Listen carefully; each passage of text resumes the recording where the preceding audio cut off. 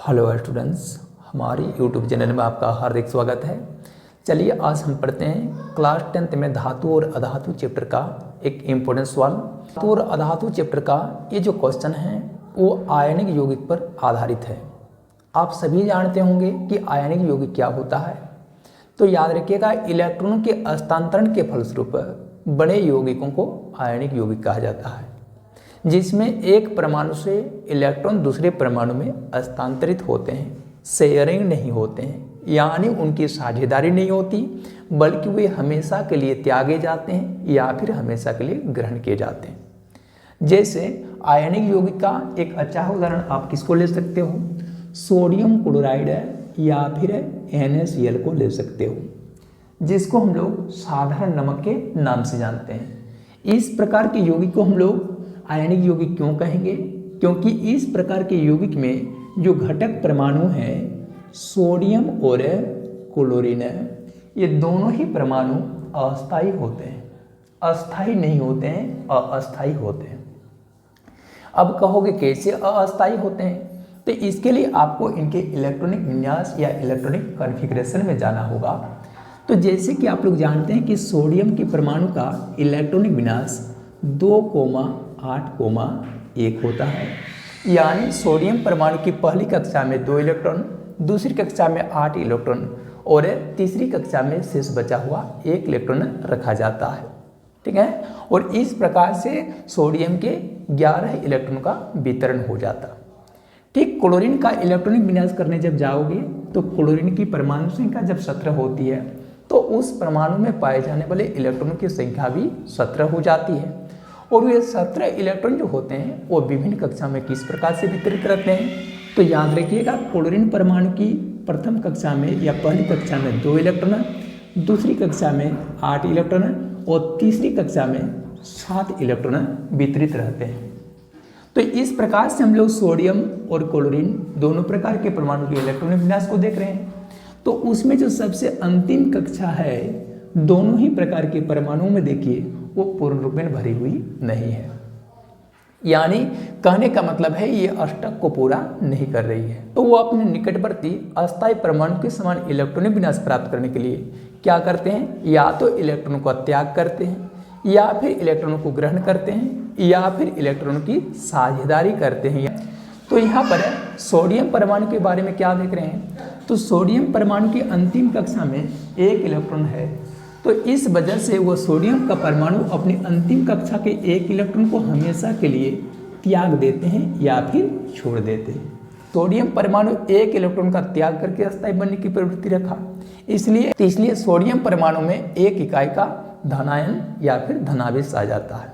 कि दूसरे और क्लोरीन में क्या देखते हैं? तो क्लोरीन की जो अंतिम कक्षा है वो 7 के रूप में है, जो कि पूर्ण रूप में भरी हुई नहीं है। तो वह अस्थायी बनने के लिए क्या करते हैं कि अपनी अंतिम कक्षा जिसमें 7 इलेक्ट्रॉन दिख रही है उसमें सोडियम के द्वारा त्यागा गया 1 इलेक्ट्रॉन को वो ग्रहण कर लेते हैं, और इस प्रकार से उसकी अंतिम कक्षा में इलेक्ट्रॉनों की कुल संख्या 7 + 1 यानी 8 हो जाती है और वह अस्थायी बन जाता है।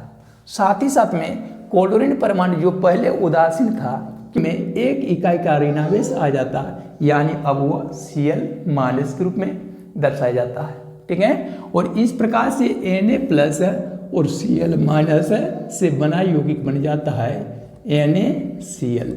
तो NaCl में देखोगे सोडियम में 1 इकाई का धनायन और क्लोरीन में 1 इकाई का ऋणायन होता है। तो इस वजह से सोडियम क्लोराइड को एक आयनिक यौगिक कहा जाता है। इस प्रकार से आयनिक यौगिक के और भी बहुत सारे उदाहरण हैं, जैसे मैग्नीशियम क्लोराइड यानी MgCl2, या फिर कह सकते हो कैल्शियम क्लोराइड यानी CaCl2। ये भी क्या हैं कि आयनिक यौगिक के ही उदाहरण हैं। तो ऐसे आयनिक यौगिकों के गुणधर्म क्या है, आज हम लोग इसी की चर्चा करने वाले हैं। तो आयनिक यौगिकों के गुणधर्म को हम लोग यहाँ पर पॉइंट वाइज नोट करेंगे। जैसे इसके फर्स्ट पॉइंट में देखिए भौतिक प्रकृति की बात होगी। आयनिक यौगिकों की भौतिक प्रकृति क्या होती है? धन तथा ऋण आयनों का एक समूह होने के कारण इस प्रकार के यौगिक जो होते हैं ठोस होते हैं और थोड़े कठोर होते हैं, तथा ऐसे यौगिकों पर दाब बढ़ाए जाने पर प्रकार के यौगिक जो होते हैं वो टूट जाते हैं या फिर भंग हो जाते हैं। ठीक है। तो भौतिक प्रकृति में क्या समझे हम लोग कि आयनिक यौगिक की भौतिक प्रकृति जो होती है वो ठोस, कठोर और भंगुरता को लिए हुए रहती है। अब हम लोग इसके दूसरे गुणधर्म की बात करेंगे। दूसरा गुणधर्म है गलनांक तथा क्वथनांक। गलनांक कहने का मतलब है वो जिस तापमान पर गलता है, या क्वथनांक कहने का मतलब हो गया उसके बने विलयन जिस न्यूनतम ताप पर उबलना प्रारंभ करते हैं। तो याद रखिएगा गलनांक तथा क्वथनांक के मामले में क्या होगा, तो आयनिक यौगिकों का गलनांक और क्वथनांक दोनों ही उच्च होता है, माने बहुत उच्च तापमान पर ही इस प्रकार के यौगिक गलते हैं या फिर इस प्रकार के यौगिक उबलते हैं या क्वथित होते हैं। अब हम लोग इसके तीसरे गुणधर्म घुलनशीलता की बात करेंगे, यानी किस प्रकार के विलायकों में ऐसे पदार्थ घुल सकते हैं और कैसे विलायकों में ऐसे पदार्थ नहीं घुलते हैं। तो ख्याल रखिएगा आयनिक यौगिक जो होते हैं वो जल में घुलनशील या फिर विलेय होते हैं, ठीक है। जैसे सोडियम क्लोराइड या साधारण नमक आप ले लेंगे तो जल में वो सहजता से क्या हो जाते हैं, घुल जाते हैं। परंतु अगर बात करें कि इस प्रकार के आयनिक यौगिकों को अगर केरोसिन तेल या पेट्रोल या डीजल जैसे विलायकों में घोलने की अगर प्रयत्न करते हैं तो हमारा वो प्रयत्न विफल रहता है, यानी ऐसे विलायकों में इस प्रकार के यौगिक नहीं घुलते हैं। इसके बाद हम लोग इसके चौथे गुणों की चर्चा करेंगे। तो चौथा गुण है विद्युत की चालकता के विषय में। तो विपरीत आयनों का एक समूह या समुच्च होने की वजह से यह अपने घुलित अवस्था में या तरल अवस्था में विद्युत का चालन करती है। मतलब इसके घुलित अवस्था में ये आयन जो होते हैं एक बिंदु से दूसरे बिंदु तक हस्तांतरित होते हैं।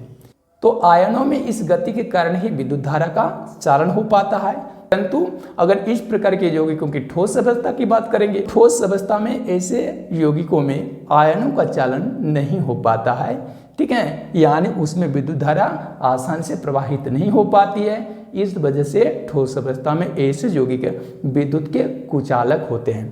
तो ठीक है, तो इस प्रकार से आयनिक यौगिकों के गुणधर्म को हम लोग पॉइंट वाइज अगर आंसर देते हैं तो उस स्थिति में हमारा आंसर अधिक पसंद किया जाता है। उम्मीद करते हैं आप ये कॉन्सेप्ट को अच्छी तरह से समझ गए होंगे। नेक्स्ट रोज का इंतजार करें, आप लोगों के लिए इसी प्रकार का अनइम्पोर्टेंट टॉपिक लेकर हम आपकी सेवा में दोबारा हाजिर होंगे। फिलहाल आज का क्लास यहीं पर ओवर करना चाहेंगे। Thank you, Allah best.